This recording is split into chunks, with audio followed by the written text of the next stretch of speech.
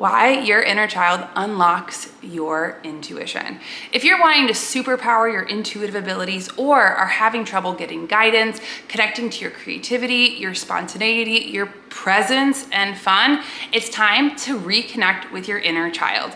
In this video, I'm gonna share with you some grounded tools on how to reconnect with your inner child, unlock your intuition, and create more fun, presence, and spontaneity in your life.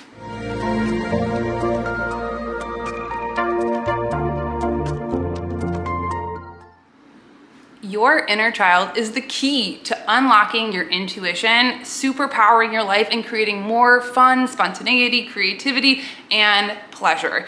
So what is your inner child? Your inner child is your subconscious connection to you as a little kid. And it is the seat of your imagination, of your power, of your intuition, and your fun. But before we go any further, let me just say hi, I'm Sonia. I'm a fourth generation intuitive, and I teach you how to plug back into your innate divine self, your intuition. And if you're new here, hello, nice to see you.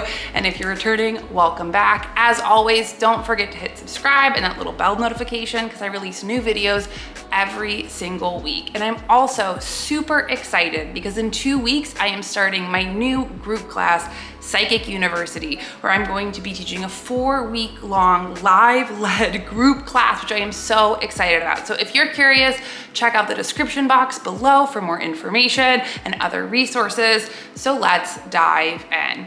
Your inner child is your subconscious connection to you as a little kid. This is where we form our thoughts, our beliefs, these different patterns. It's connected to our spontaneity, to our fun, to our creativity, to our ability to connect to ourselves, to the divine, and to the world at large. And what I find so true is that we are suffering from an epidemic of seriousness and productivity and having to do it right. Our little ego selves get so wrapped up in doing a good job or being perfect that it disconnects us. We get so stuck in our heads and overthinking, trying to figure it out, not wanting to look stupid. But all of this ego self that we use to try and protect our heart space, try to protect ourselves, disconnects us from deeper listening, disconnects us from the present moment where we connect to our intuition. So one thing that I'm just thinking about is I had a client just recently who was a banker. And she came to me because she was like, I, for a long time, felt like I've been sleepwalking through my life. I did everything right. I have this really great job. I'm in this very corporate work. I love my work. It's a lot of numbers and figuring things out, but I can't seem to connect my intuition. I'm following all the steps. I've followed all the books. I'm taking all the courses. What can I do? And the first thing that I noticed about her energy was how serious it was. This subject of intuition was serious, and it was something that needed to be studied and figured out. When in reality, that part that tries to figure it out and organize the world around us, that ego intellect, has no access to deeper listening. It has no access to creativity, to solutions, or to anything outside of appearance or what's on the surface. So I gave her the homework to go back and check in with what did she love to do as a child.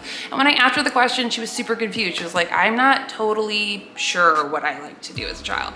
So she came back the next week and she was like, you know, one thing that I really loved to do as a kid was imagine. And what I also did was draw and paint all of the things that came into my imaginative field. And that was my world. So we started to play with that. I was like, let's open up that space of imagination. Let's use that same portal of listening to our intuition as you did as a little kid to start to come up and create with these creatures. So the first rule was there is no right or wrong answer. It's just connecting to what feels good for me for now. And this is also a tool that I teach all the time in trusting and following your intuition. So she did that. And we started to come up with just a question of what does my spirit want me to know right now? And so I said, let's use that same portal of imagining and creating. And at first it was like, I am not totally sure. This feels kind of uncomfortable, like wearing an old suit jacket. So I just said, let's come up with 40 different things. And at first, the first things that came up was like, my spirit wants me to play. And I was like, all right, that's your head. And then as she started talking, as she started to kind of get the wheels moving, started to get out of trying to figure it out and more into lessening in the present moment, what popped out was take a salsa class. And that was her intuitive guidance. She was like, it resonates in my whole body. It sounds so much fun and something totally different than anything that I would have done in my real life. Hallmark of intuitive guidance. Now, when we're talking about our inner child and our intuition, how are they connected? Well, first of all, our inner child is connected to our subconscious part of us. This is what is below our thinking mind. It's our creative, playful, imaginative, connected, spontaneous, present part. And all of those things are the same faculties that we use in our intuition. Our intuition connects dots that we might not be able to see. It comes up with solutions. It's present, it's listening, and it always leads us to our highest good, and following it is often fun because it usually means that we're on some sort of adventure. So when we can start approaching our intuitive spiritual life with that same curiosity of just being available and aware, it changes our whole approach to our spiritual lives. And so the very first thing I'm going to encourage you to do is what is your connection with your inner child? How much of your life is so serious with your identity, or how you appear? How much are you worried about being a made fool of or having the wrong answer? That means that your little inner child is locked up.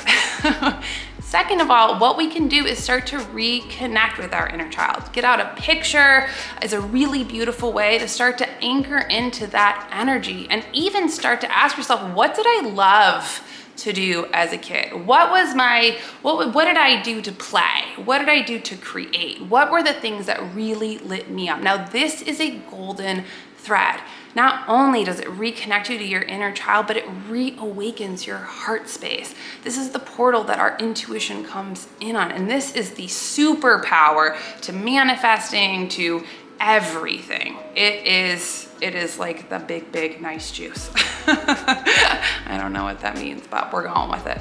So, in reconnecting and just starting, then implement those activities in your life. Did you like imagining? Maybe give yourself 15 to 20 minutes, just lay out in the park and just imagine what are the clouds that come by. Maybe you love to play dress up, so get in your favorite clothes and put on some makeup and let yourself have fun. Maybe you are somebody who liked to draw. Get out a notebook and just start to draw, and instead of asking, is this good? Say, how does this feel? Does this feel good? Does this resonate? If it feels good, keep going. If it doesn't feel good, then do something else. And these are the same principles that we work with our own intuition. So the fun thing is when we connect to our play, to our creativity, it diminishes the part of ourselves that gets so self-conscious. And that's where we try and protect ourselves against the world. It opens us up to what comes next? What's next? There was a really interesting study that I saw recently where there was a big auditorium and they asked all the adults to sketch the people next to them in 30 seconds or less. So everybody sketches, they show their pictures to the people around them, and what they immediately started to do was apologize. I'm so sorry, this didn't look like you, X, Y, or Z. And what was interesting is if you do the same thing with a big group of kids, have them sketch within 30 seconds and they show their drawings, you know what they do? Instead of saying, apologize, oh, this is no good, they say, wow, look at this, look at what a great job I did, this is so cool. And that is that same energy of not even censoring ourselves, of just seeing what feels good and knowing that what we create is a connection to the divine, is a manifestation of the divine. And living an intuitive life includes a lot of play and fun. So this week, I want you to really nurture your inner child. Go have fun, eat cereal for breakfast, have dessert for breakfast, get dressed up, let yourself play, and notice, do I allow it? Do I get afraid? Do I get overwhelmed? And if you do, use my favorite tool, one hand on your heart, one hand on your belly, take a few deep breaths, connect back to the moment, recognizing that you're safe, and then just slowly but surely create and let yourself imagine. So I hope you enjoyed this video this week. Don't forget to hit subscribe. As always, if you have any comments, leave them for me. Don't forget to check out my Psychic University group course. I'm so excited about it, and I absolutely love to hear from you. So I'm sending you all my love. See you next week.